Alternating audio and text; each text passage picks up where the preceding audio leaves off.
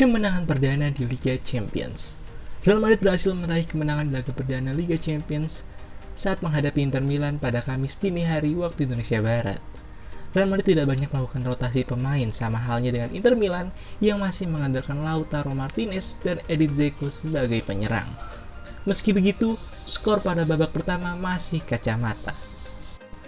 Pada babak kedua, El Real melakukan beberapa pergantian pemain, seperti Rodrigo yang masuk menggantikan Vazquez di menit ke-65, Camavinga menggantikan Modric di menit ke-80. Masuknya Rodrigo dan Camavinga tentunya berbuah manis bagi El Real.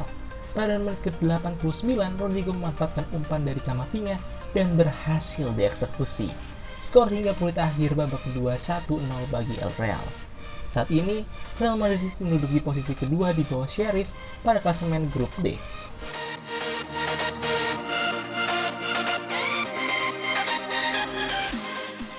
Real Madrid bisa membeli Mbappe dan Haaland. Presiden La Liga Javier Tebas membocorkan kekuatan finansial Real Madrid yang sebenarnya. Dia yakin Madrid bisa merekrut Kylian Mbappe dan Erling Braut Haaland sekaligus. Dua bintang muda ini memang terus dihubungkan dengan Real Madrid. Khususnya, setahun terakhir Mbappe dan Haaland dinilai tepat untuk menjadi pilar masa depan Los Blancos. Bahkan, Madrid sudah mencoba merekrut Mbappe musim panas ini, tapi gagal karena PSG bersikeras mempertahankannya. Namun, bukan berarti Madrid sudah menyerah. Justru, semakin yakin bisa mendapatkannya musim depan.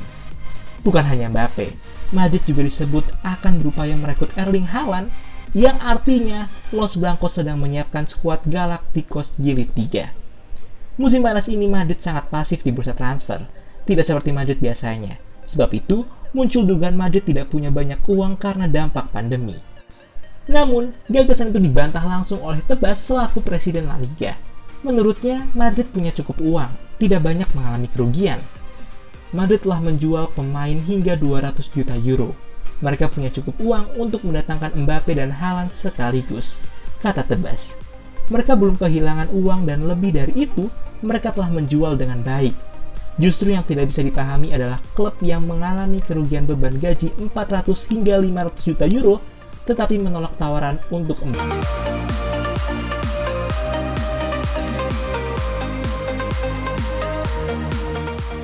Debut manis Camavinga.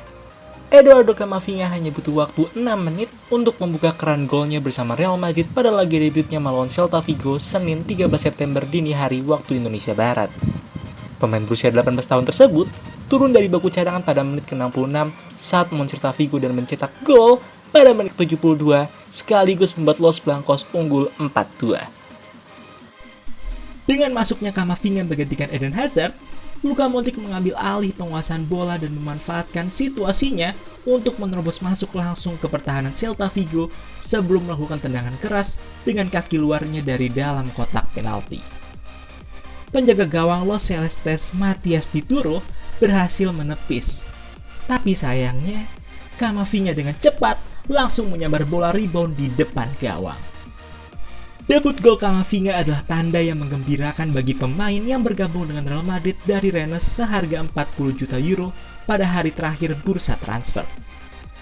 Klub-klub besar termasuk Paris Saint-Germain dan Manchester United telah mencoba mendekati pemain internasional Prancis tersebut, yang telah menjadi salah satu talenta muda paling menarik di Eropa pada beberapa musim terakhir. Bahkan tahun lalu, dia menjadi pemain termuda yang dipanggil ke tim senior Les Bleus sejak tahun 1932 dan telah mencatatkan 3 caps bersama pasukan Didier Deschamps. Vinicius semakin percaya diri. Perkembangan pesat Vinicius menandai dimulainya era kedua Carlo Ancelotti selaku pelatih Real Madrid. Winger muda Brazil itu bermain luar biasa di awal musim ini. Performa Vinicius di awal musim ini mengundang decak kagum.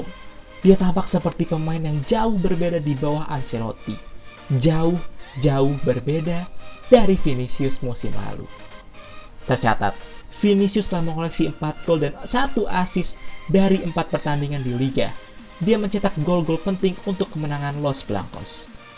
Menariknya, lonjakan performa Vinicius diyakini tidak terlepas dari peran Ancelotti sebagai pelatih. Diduga, Vinicius bisa berkembang pesat di awal musim ini karena Ancelotti mau memberinya kesempatan bermain. Hal yang tidak dapat dirasakan di era Zinedine Zidane. Ancelotti tidak tahu menahu soal ini. Dia hanya memperlakukan pemain dengan sama.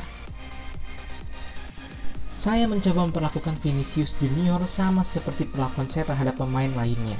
Saya mendorong dia di sesi latihan dan meminta dia fokus bekerja keras, ujar Ancelotti di realmadrid.com.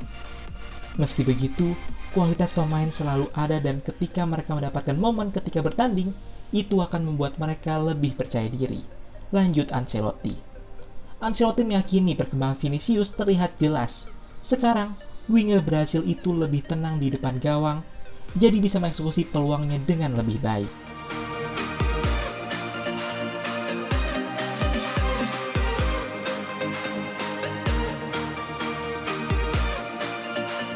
Terima kasih telah menonton, jangan lupa like, comment, and subscribe.